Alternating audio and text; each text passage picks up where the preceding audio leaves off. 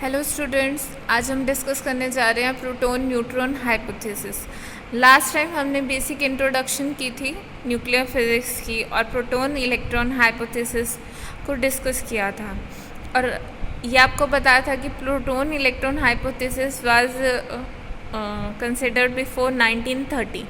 1930 से पहले की ही बात थी कि कंसिडर किया जाता था कि न्यूक्लियस के अंदर प्रोटॉन और इलेक्ट्रॉन होते हैं। अगर आप कोई भी एक गिवन न्यूक्लियस की बात करो जिसका मास नंबर ए है और एटॉमिक नंबर जेड है, सो इट वाज एज्यूम कि उसके अंदर ए नंबर ऑफ प्रोटॉन है और जेड नंबर ऑफ इलेक्ट्रॉन्स होते हैं न्यूक्लियस के अंदर।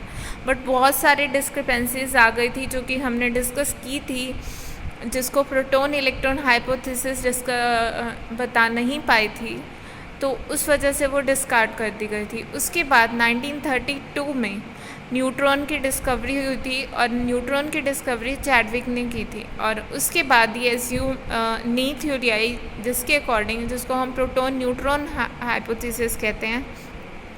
इस हाइपोथेसिस के अकॉर्डिंग अगर किसी भी एक गिवन न्यूक्लियस में जिसका मास नंबर ए है और एटॉमिक नंबर अगर जेड है, तो उसके अंदर न्यूक्लियस के अंदर z number of protons and a minus Z number of neutrons है। और यही थ्योरी आज तक आप पढ़ते आए हैं +2 से लेके अब तक।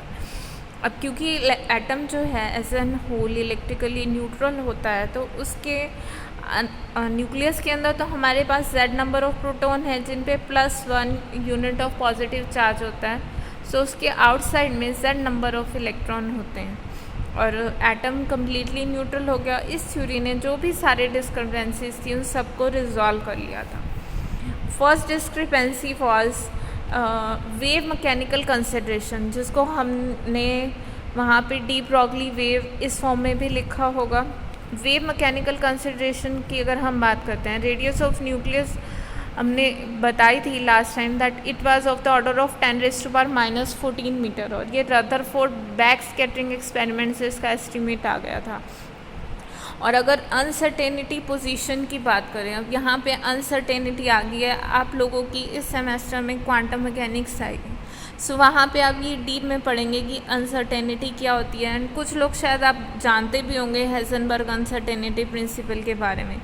जैसे जैसे साइज़ आपका छोटा होता जाता है, अगर हम प्रोटॉन या फिर इलेक्ट्रॉन की बात करें, इनका साइज़ बहुत स्मॉल होता है। क्योंकि अगर न्यूक्लियस का साइज़ ही 10⁻⁻14 मीटर इस ऑर्डर का है, तो अगर प्रोटॉन उसके अंदर है तो उनका साइज़ और भी स्मॉल होता है। सो उस वजह से हम उन पे क्लासिकल फ़िज़िक्स के रूल्स अप्लाई नहीं कर सकते। क्लासिकल फ़िज़िक्स मीन्स जो फिज़िक्स आप डेली लाइफ में देखते हैं या पढ़ते हैं। डेली लाइफ का मीन जैसे अगर अभी आपको ये पेन दिख रहा है, आपको पेपर दिख रहा है और मैंने कुछ लिखा हुआ है, सो आप क्लियरली बता सकते हैं कि ये पेन 4 से यहाँ 2 के ऊपर पड़ा है या कुछ। बट जैसे जैसे क्वांटम की बात करते हैं, यू कैन नॉट डेफिनेटली से, हम जस्ट एक एरर या एस्टिमेट देते हैं कि इस पोजीशन के अंदर कहीं ना कहीं वो होंगे। अब एस्टिमेट की बात करनी है, और अगर हम बात कर रहे हैं कि न्यूक्लियस के अंदर हमारे पास प्रोटॉन या न्यूट्रॉन है, तो अगर वो न्यूक्लियस के अंदर है तो मैक्सिमम वो उसके डायमीटर के अंदर होंगे। अगर डायमीटर के अंदर है तो diameter is twice of the radius, so maximum uncertainty इसके इक्वल हो गए।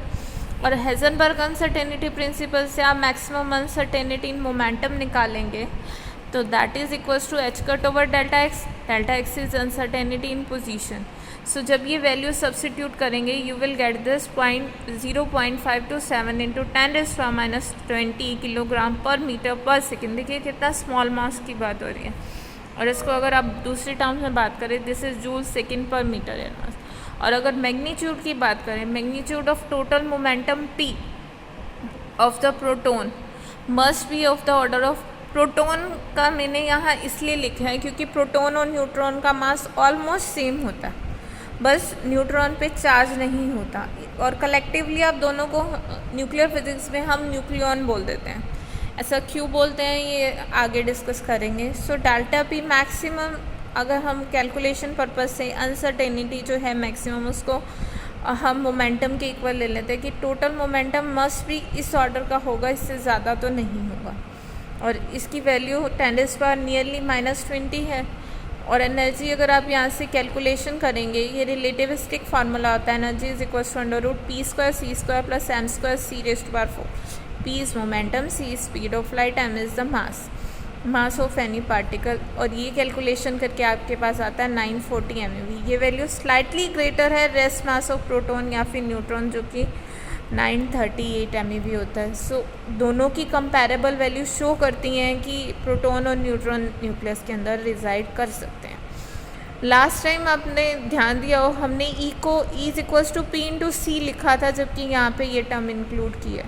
क्योंकि इलेक्ट्रॉन का मास बहुत स्मॉल होता है तो इस टर्म को हमने वहाँ निगलेक्ट कर दिया था B²C² के कंपैरिजन में। बट न्यूट्रॉन प्रोटॉन का मास हाई होता है तो यहाँ पे आप इस टर्म को निगलेक्ट नहीं कर सकते। ओके, सो न्यूट्रॉन प्रोटॉन हाइपोथेसिस के अकॉर्डिंग अगर आप वेव मैकेनिकल कंसिडरेशन की बात